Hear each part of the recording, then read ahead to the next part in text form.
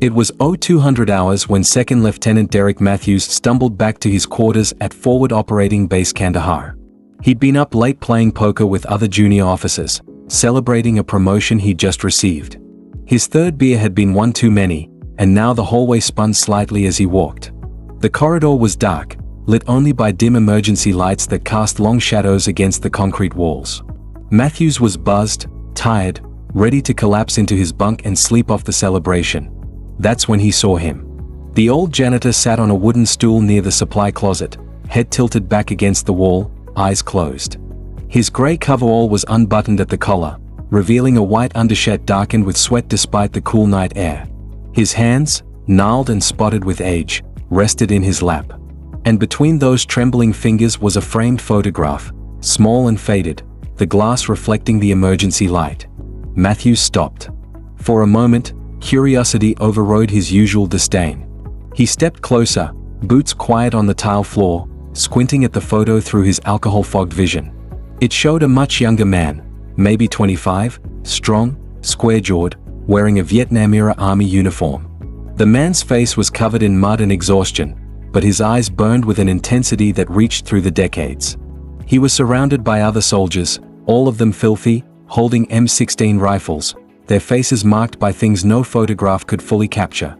Behind them, a jungle burned, smoke rising into a gray sky. Matthews frowned. The young soldier in the photo looked familiar. Something about the eyes. The set of the jaw. The janitor's eyes opened. Slowly, calmly, as if he'd known Matthews was there the entire time. For a long moment, they stared at each other. The drunk lieutenant and the old man with trembling hands. No words. Just silence and the hum of the air conditioning. Matthews wanted to say something. Wanted to ask about the photo. Wanted to apologize for the months of disrespect, though he couldn't articulate why. But the words caught in his throat. There was something in the old man's eyes, something ancient and hard, forged in fire Matthews couldn't imagine. It made him feel like a child caught doing something shameful. He turned and walked away without a word. The janitor watched him go, then looked back down at the photograph. His thumb traced the edge of the frame, a gesture repeated 10,000 times over 50 years.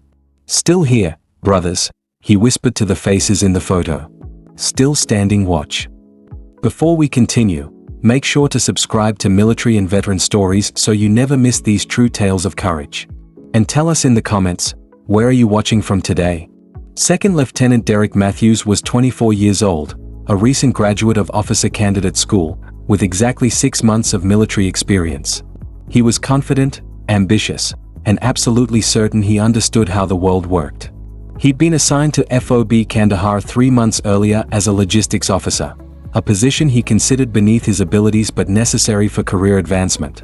He spent his days managing supply chains, coordinating convoys, and counting his time until a more prestigious assignment came through. To Matthews, the military was a hierarchy built on rank and accomplishment. Officers commanded respect. Enlisted soldiers earned it through service. And civilians, especially old, broken-down civilians working menial jobs on military bases, were invisible. The janitor was the most invisible of all. His name was Samuel Carter, though no one at FOB Kandahar knew that. They called him the old man or the janitor or, when Matthews was around, the fossil. He'd been working on the base for 6 months, hired through a contractor that employed local civilians and retired veterans for support positions. Samuel was 73 years old. His back was permanently bent from decades of manual labor. His hands shook with essential tremor, a condition that had worsened with age. He walked with a slight limp, favoring his right leg. His face was a roadmap of lines, each one a story no one bothered to ask about. He arrived at the base every morning at 0500 hours and left at 1800 hours. He mopped floors, emptied trash, cleaned latrines, restocked supplies. He worked with methodical precision, never complaining, never taking breaks beyond what was required. He ate alone in a corner of the mess hall, reading paperback books with worn covers. And he endured the disrespect with a patience that would have been admirable if anyone had noticed it. Matthews wasn't the only one who treated him poorly. He was just the loudest about it. There was the morning Matthews accidentally kicked over Samuel's mop bucket, forcing the old man to clean the same hallway twice. The afternoon Matthews complained to the facilities manager that the janitor moves too slow and takes up space in the office's area. The evening Matthews made a show of dropping his dinner tray on the floor and saying, "Better get that, Grandpa, before someone slips." Other officers followed Matthews's lead, emboldened by his rank and confidence. They'd walk past Samuel as if he were furniture. They'd make jokes within his hearing. They'd leave messes deliberately, testing how much he'd tolerate. Samuel tolerated all of it. He never reported the behavior. Never complained to his supervisor. Never confronted anyone. He just kept working, kept his head down, and at the end of each day, he went home to a small apartment off base and looked at that photograph. The contrast between Matthews and Samuel was a study in generational divides. Matthews was young, educated, privileged, living in an era where respect was assumed based on rank. Samuel was old, weathered, humble, from a time when respect was earned in blood and measured in the lives you saved. Matthews saw the world through the lens of his own importance. Samuel saw it through the lens of his own insignificance, a perspective forged in a jungle where rank meant nothing and survival meant everything. 3 days after the hallway encounter, everything changed. It started with a notice posted in the officers' quarters: mandatory formation, 1,400 hours, parade ground, dress uniform required. Matthews read it with mild annoyance. Mandatory formations were usually boring affairs: award ceremonies, change of command events, speeches from visiting generals. He had better things to do. But orders were orders. At 1,345 hours, he stood in formation with 200 other soldiers on the parade ground, dress uniform crisp, boots polished, annoyed by the heat and the interruption to his day. Colonel Morrison, the base commander, stood at the front of the formation beside a microphone. Next to him was an older gentleman in a dark suit, maybe 65, with white hair and the bearing of someone who'd spent a lifetime in uniform. At ease, Morrison called out. The formation relaxed slightly. "Today," Morrison began, "we have a special guest. Lieutenant Colonel James Patterson, retired, currently serving as the director of the Congressional Medal of Honor Society." A ripple of attention moved through the formation. The Medal of Honor, the highest military decoration, awarded for acts of valor beyond the call of duty. Fewer than 3,500 had been awarded in American history. Meeting someone connected to that legacy was significant. Patterson stepped to the microphone, his voice steady and clear. "Thank you, Colonel Morrison. I'm here today because 6 months ago, we discovered something extraordinary. One of our recipients, a man who earned the Medal of Honor 52 years ago, has been living and working here at FOB Kandahar. And until last week, no one knew." Murmurs spread through the formation. Matthews frowned, confused. Patterson continued. In 1971, during the Vietnam War, a young sergeant led his platoon into an enemy-controlled village to rescue captured American soldiers. He was 21 years old. Over the course of 14 hours, under constant fire, he carried 12 wounded men to safety. He was shot twice. Caught by shrapnel 3 times. He refused evacuation until every American was accounted for. The formation was silent now, captivated. He was awarded the Medal of Honor in 1972. But after the war, he didn't chase fame. He didn't write a book or give speeches. He just lived quietly, raised a family, worked as a mechanic, then a carpenter. Then, after his wife passed, he took a contractor job here, supporting the mission in a different way. Patterson paused, letting the weight settle. For the last 6 months, this American hero has been cleaning your floors, emptying your trash, and doing it with the same humility and dedication he showed 52 years ago in Vietnam. Matthews felt something cold settle in his stomach. No, it couldn't be. Sergeant First Class Samuel J. Carter, Patterson called out. "Please come forward." From the side of the formation, a figure emerged. Gray coverall, bent back, trembling hands. The janitor. Matthews's vision tunneled. The world seemed to slow down. This couldn't be real. This couldn't be the same man he'd mocked for months. The man whose bucket he'd kicked. The man he'd called useless. Samuel Carter walked slowly to the front of the formation, his limp more pronounced under the weight of every eye watching him. He stopped beside Colonel Morrison, standing at a modified position of attention, his back too bent for a full brace. Patterson stood beside him. Sergeant Carter was awarded the Medal of Honor by President Nixon on March 14, 1972. His citation reads, in part, for conspicuous gallantry and intrepidity at the risk of his life above and beyond the call of duty. Patterson reached into a wooden case an aide had brought forward. He lifted out a medal, a light blue ribbon supporting a 5-point star surrounded by a wreath. The Medal of Honor. Sergeant Carter keeps this in a safety deposit box, Patterson said quietly. He hasn't worn it since the day it was presented. But today, with his permission, we honor him publicly. Because heroes don't stop being heroes just because they get old. Patterson draped the ribbon around Samuel's neck. The medal settled against his gray coverall, incongruous and beautiful. Colonel Morrison stepped forward. He came to attention and saluted. The entire formation followed. 200 soldiers, snapping to attention, hands raised in crisp salutes.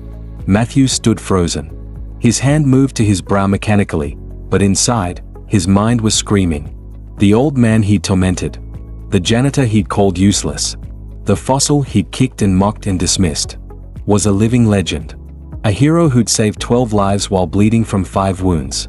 A man who'd earned the highest honor the nation could bestow.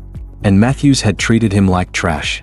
Samuel Carter stood at the front of the formation, surrounded by salutes, and his face showed no triumph. No vindication. Just quiet humility and a sadness that came from knowing respect shouldn't require a medal. Patterson spoke one more time. Sergeant Carter's platoon included men from across this nation. Black, white, Latino, young, scared, far from home. He didn't ask about their backgrounds. He just carried them out. One of those men went on to become a senator. Another became a teacher. 3 became ministers. 1 died last year, but before he passed, he told his daughter, "Every day I've lived since Vietnam has been a gift from Samuel Carter." Patterson looked at the formation. This man didn't save abstract concepts. He saved fathers, sons, brothers. He saved futures. And then he went home, raised his kids, and decades later, came here to serve again in the only way his body would allow. Samuel's eyes swept across the formation. When his gaze found Matthews, it lingered for just a moment. Not with anger. Not with judgment. Just acknowledgement. Matthews felt tears burning his eyes. Shame choked him. He couldn't breathe. After the ceremony, as the formation was dismissed, Matthews didn't move. He stood rooted to the spot, watching as officers and senior NCOs approached Samuel, shaking his hand, thanking him, apologizing for not knowing. Lieutenant Colonel Patterson spoke with him quietly, then helped him remove the medal and place it carefully back in its case. Matthews finally forced himself to move. He walked forward on legs that felt like lead. The crowd around Samuel had thinned.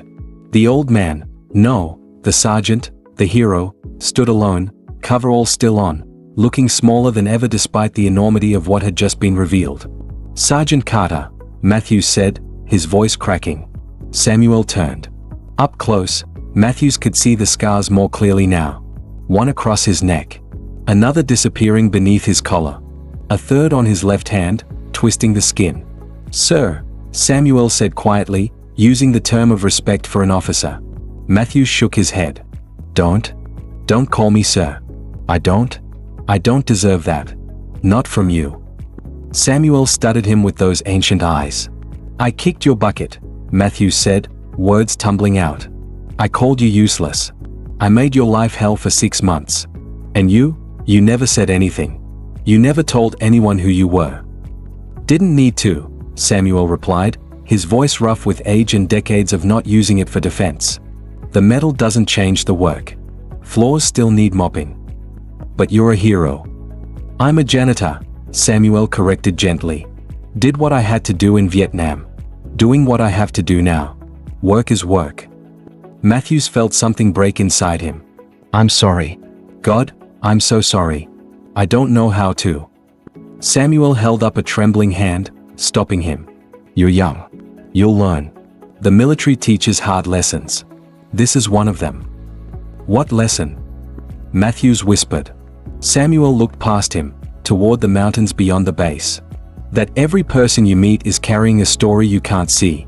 That respect isn't about rank or age or what someone's wearing. It's about recognizing the humanity in everyone." He looked back at Matthews. "You'll be a better officer now. That's enough." Matthews wanted to say more. Wanted to explain, to apologize again, to somehow undo 6 months of cruelty.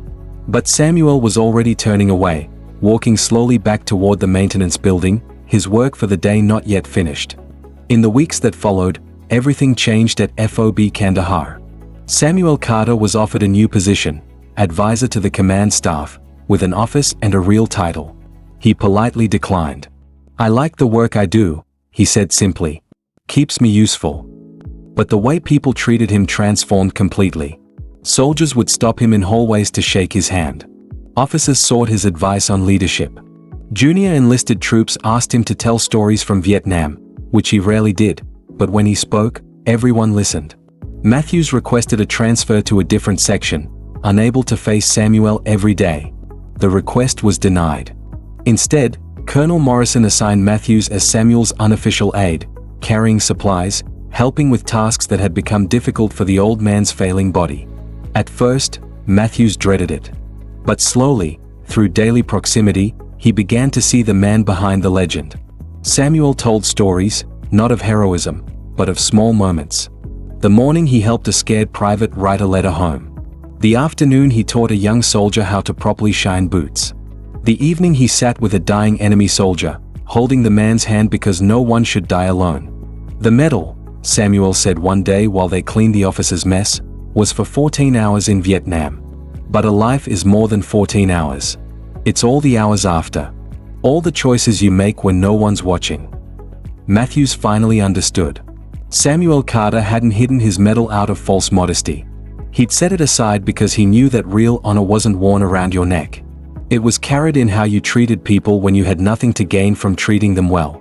6 months later, Matthews attended Samuel's retirement ceremony. This time, the old man wore his Medal of Honor openly, at the request of the base commander. And when Matthews stepped forward to salute him one final time, Samuel pulled him into a hug instead. "You turned out okay, Lieutenant," Samuel whispered. "I'm proud of you." Matthews broke down crying. He wasn't alone. Half the formation had tears in their eyes. Samuel Carter left FOB Kandahar the way he'd arrived, quietly, without fanfare, just an old man with a small bag and a faded photograph. But he left behind something far more valuable than any speech or ceremony could provide. He left behind a lesson that every soldier on that base would carry for the rest of their lives. That true greatness doesn't announce itself. It mops floors and empties trash and carries wounded men out of jungles. It endures disrespect with patience. It serves without expectation of recognition. And it changes the world one humble act at a time. Moral of the story: every person you meet is carrying a history you cannot see. Respect is not given based on appearance, age, or position. It is owed to every human being simply because they are human. The greatest heroes often walk among us in silence, and we miss them because we are too busy looking for glory. If this story moved you, don't forget to show your support. If you enjoyed this story, please subscribe for more military and veteran stories. We bring you true tales of courage, sacrifice, and honor. Stories that remind us that heroism doesn't always wear a uniform or demand recognition. Sometimes it just mops floors and waits patiently for us to learn. Until next time, stay safe, stay strong, and never forget the heroes among us.